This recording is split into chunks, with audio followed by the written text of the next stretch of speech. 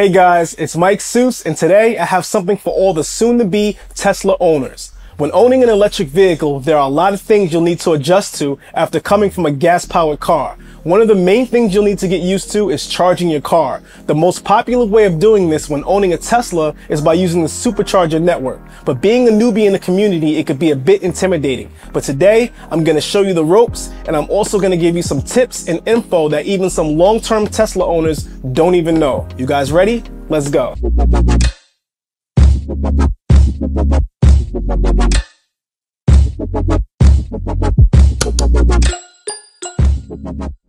So when it comes to my channel, I like to offer as much valuable information as possible. Everyone has to start somewhere. Therefore, there is no question stupid or too dumb. So let's start with this one. What even is a supercharger? In short, a Tesla Supercharger is basically a charger that's made to charge your car at high speeds. There are currently over 30,000 superchargers globally, with more being built each day, and it's the most popular and fastest way of charging your Tesla. Chances are you've seen these chargers in shopping centers, hotels, or even gas stations. They're the tall white and red stalls that usually say Tesla on both sides.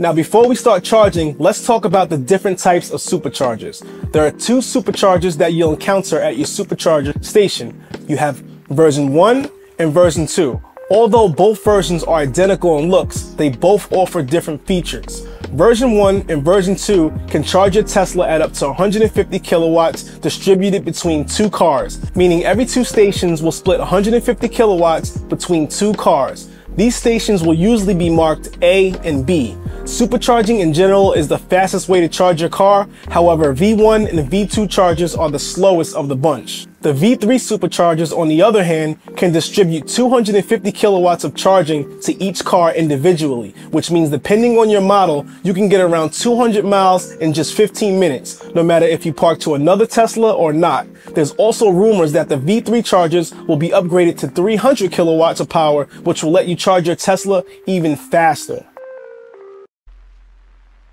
So now that we understand the different types of superchargers, let's move on to the main reason you're watching this video: how to supercharge your Tesla.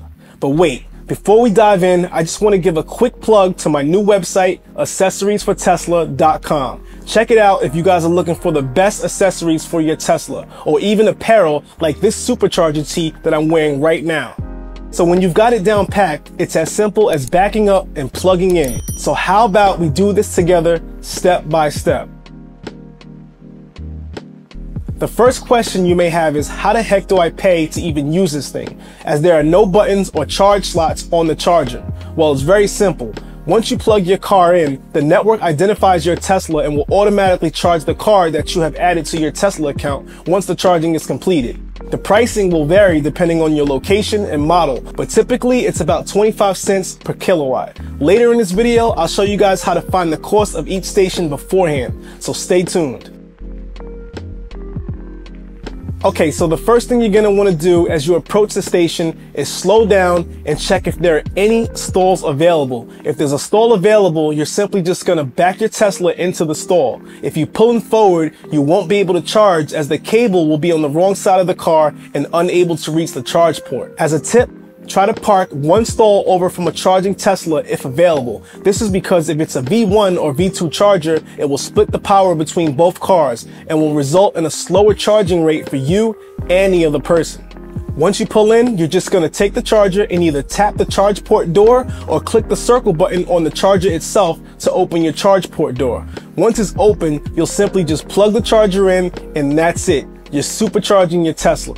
Once you've plugged in, you can check the status of your charge by checking the screen for the charging progress, the kilowatts, and the cost. You can also check this via your Tesla app if you leave the car. Once charging is completed, you'll be notified in your car and also receive notification via the Tesla app. After you receive this notification, you'll have up to 5 minutes to unplug and move from the spot for another Tesla to use. If you don't, you'll incur idle fees, which will be up to $1 per minute.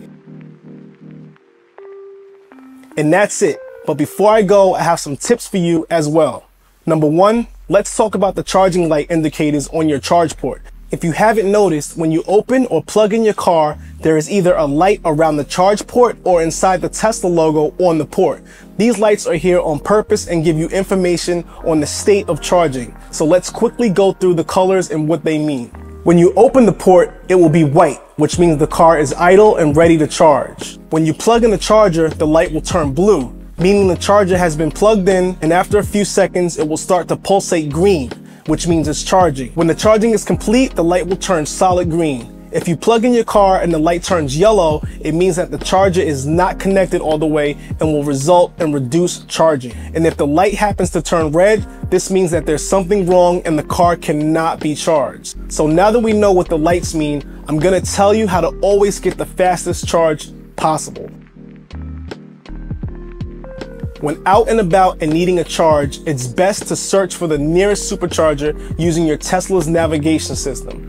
This is because if you choose to navigate to a supercharger station, the car will start to precondition or heat the battery so that it can begin charging right away at the highest speeds possible. Also, by using a navigation system, you can not only search for the nearest supercharger station, but you can also choose to only show version 2 or version 3 chargers. And by selecting a supercharger using a navigation, you can get info on that specific station, such as how many stalls are available, the charging and idle fees, and if there are restaurants, food, shopping, and Wi-Fi nearby. And my final tip for you guys today is try to rely on charging at home. This is because even though it may be slower to charge, it will be much cheaper than using a supercharger station.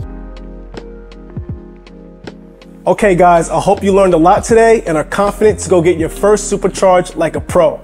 Congratulations again, and I hope to see you all on the road at a supercharger station soon.